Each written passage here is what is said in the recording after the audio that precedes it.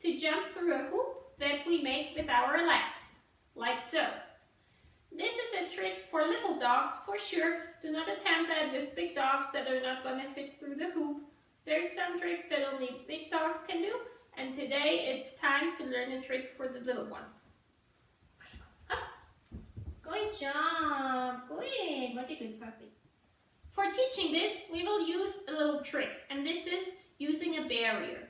If I was to just stand like this and try and lure my dog through, I would have a really hard time with him trying to go left and right. This has an evolutionary advantage. If any dog would always jump over everything he sees and squeeze through the tightest spaces, he would run much more of a risk of injury. So usually dogs try to avoid jumping over things or squeezing through spaces that they do not necessarily have to go through.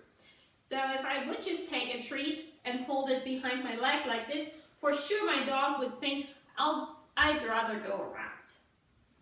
So you want to use something that will block your dog in a little bit. It has the added advantage that you can brace yourself a little bit if you cannot stand on one leg for a long time, which for example I cannot. So we can start out just luring our dog through the leg like this.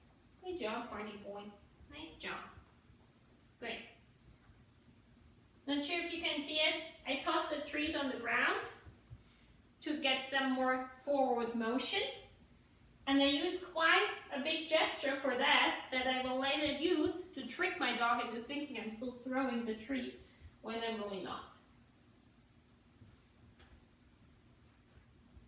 And I'm not using any cue yet, I'm just tossing the treat. You can motivate your dog by saying like, or get your treat or something like that, but do not use the cue yet that you plan to use for the finished behavior.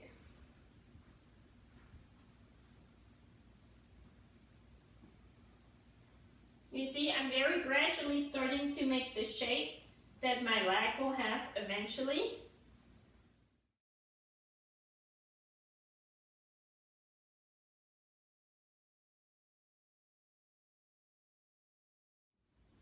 So now I nearly have my finished leg shape. I just have to start moving away from the barrier and tossing the treat. So I'm starting out with fading the treat by pretending I throw it. This is why so far we've used the grand throwing motion, that now we can trick our dog into thinking we're throwing a treat when we're actually not. So we deliver it when the dog lands. Good, good job. Very nice. And over time, we also bring more of a distance between us and the barrier.